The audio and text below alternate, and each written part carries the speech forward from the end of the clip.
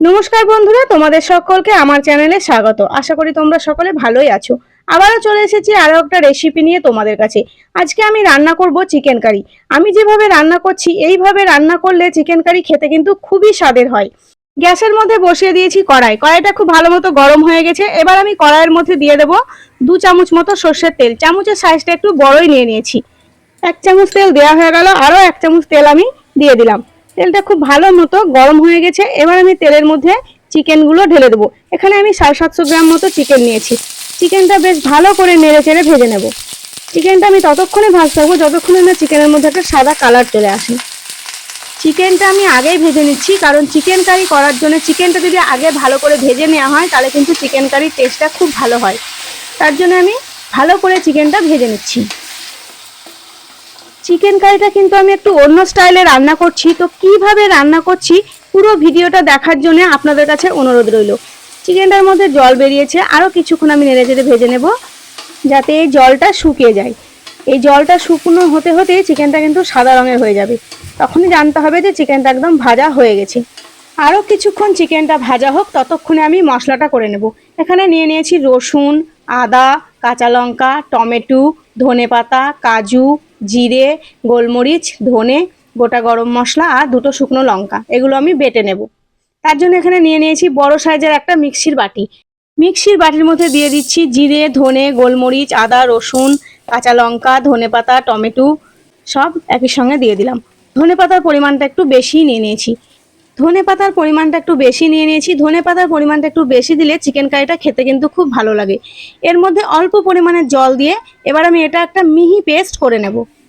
এবার আমি ঢাকনাটা খুব ভালো করে লাগিয়ে নিয়ে মিক্সার গ্রাইন্ডারে 1 মিনিট ধরে খুব ভালো করে এটা ঘুরিয়ে নেব। তাহলে কিন্তু আমার এটা মিহি পেস্ট হয়ে যাবে। তো এটা আমার ঘুরিয়ে নেওয়া হয়ে গেছে, মিহি পেস্ট হয়ে গেছে। কালারটাও খুব সুন্দর হয়েছে, ধনেপাতার পরিমাণটা যেহেতু বেশি দিয়েছি। এইদিকে ততক্ষণে চিকেনটা কিন্তু আমার ভাজা ভাজা হয়ে গেছে। চিকেনের কালার একদম সাদা হয়ে গেছে।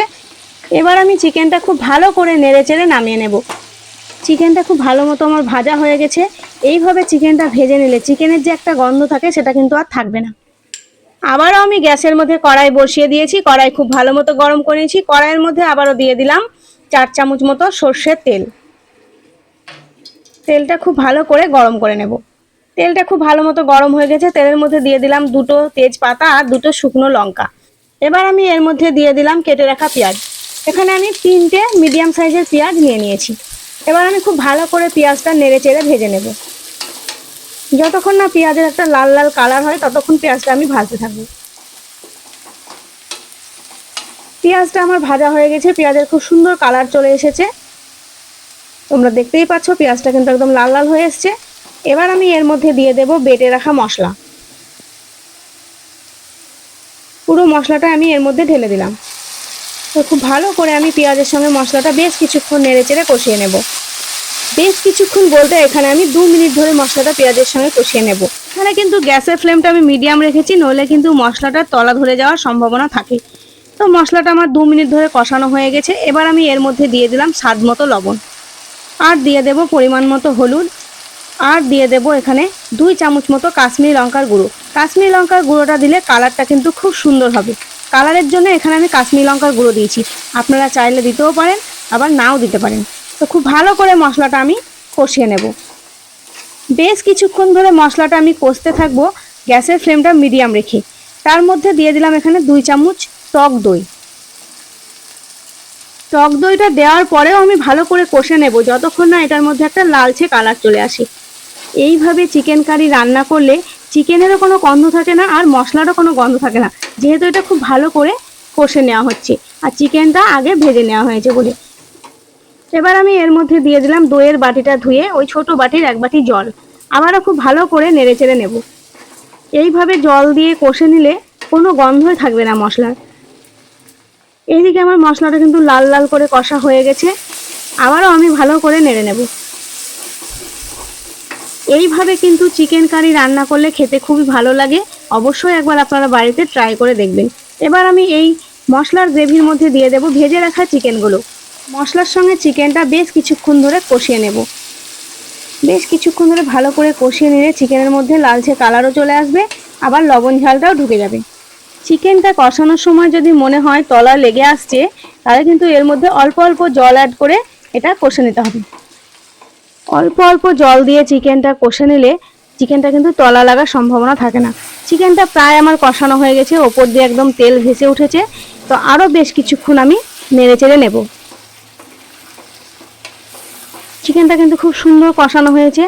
এবার আমি এর মধ্যে অল্প হাফ কাপ মতো জল দিয়ে দেব। যেহেতু আমি চিকেনটা আগেই ভেজে নিয়েছিলাম, আবার মশলার সঙ্গে বেশ কিছুক্ষণ ধরে ভালো করে কষিয়ে নিয়েছি গ্যাসের ফ্লেম মিডিয়াম রেখে, যার জন্য এখানে আমি অল্প হাফ কাপ মতো জল ব্যবহার করলাম। এখানে খুব বেশি জল আমি দেব না, কারণ এখানে আমি চিকেনটা কারি বানাচ্ছি, এই জন্যে। চিকেন কারি করার জন্য কিন্তু খুব বেশি জলের দরকার নেই। চিকেন কারি বানানোর জন্য খুব বেশি সময় আমার লাগেনি, এখানে আমার সময় লেগেছে 35 থেকে 40 মিনিট পর্যন্ত। এবার আমি 2 থেকে 3 মিনিটের জন্য চিকেন কারিটা ঢাকা দিয়ে দেবো। 2 থেকে 3 মিনিট পর আমি ঢাকাটা খুলে নিলাম। চিকেন কারিটা খুব সুন্দর হয়েছে, তেল একদম উপর দিয়ে ভেসে উঠেছে, দেখতে কিন্তু খুবই সুন্দর লাগছে, কালারটাও কিন্তু খুব ভালো হয়েছে। এবার আমি খুব ভালো করে নেড়ে চেড়ে এটা ফুটিয়ে নিচ্ছি। আমি যে জলটা দিয়েছিলাম সেই জলটা কিন্তু খুব ভালো করে আমি ফুটিয়ে নিয়েছি, আর জলটা শুকিয়ে এসছে। এবার আমি এটা নামিয়ে নেব। চিকেনগুলো কিন্তু একদম গোটা গোটা হয়ে আছে, ভেঙে যায়নি। এইভাবে চিকেন কারি করলে কিন্তু এরকম চিকেনগুলো গোটায় থাকবে। যেহেতু চিকেনটা আমি আগেই ভেজে নিয়েছিলাম, তো এইভাবে ভেজে নিয়ে চিকেন রান্না করলে চিকেনটা কিন্তু ভেঙে যাওয়ার সম্ভাবনা থাকে না। চিকেন কারি আমার হয়ে গেছে, এবার আমি নামিয়ে নেব। চিকেন কারি রেসিপি যদি আপনাদের ভালো লেগে থাকে, তাহলে ভিডিওটিতে একটি লাইক কমেন্ট করবেন। আর যদি চ্যানেলটি সাবস্ক্রাইব করা না থাকে, তাহলে চ্যানেলটিকে সাবস্ক্রাইব করে পাশে থাকা বেল আইকনটি ক্লিক করে অল করে দেবেন, যাতে আমার ভিডিও নোটিফিকেশন সবার আগে আপনাদের কাছে পৌঁছে যায়।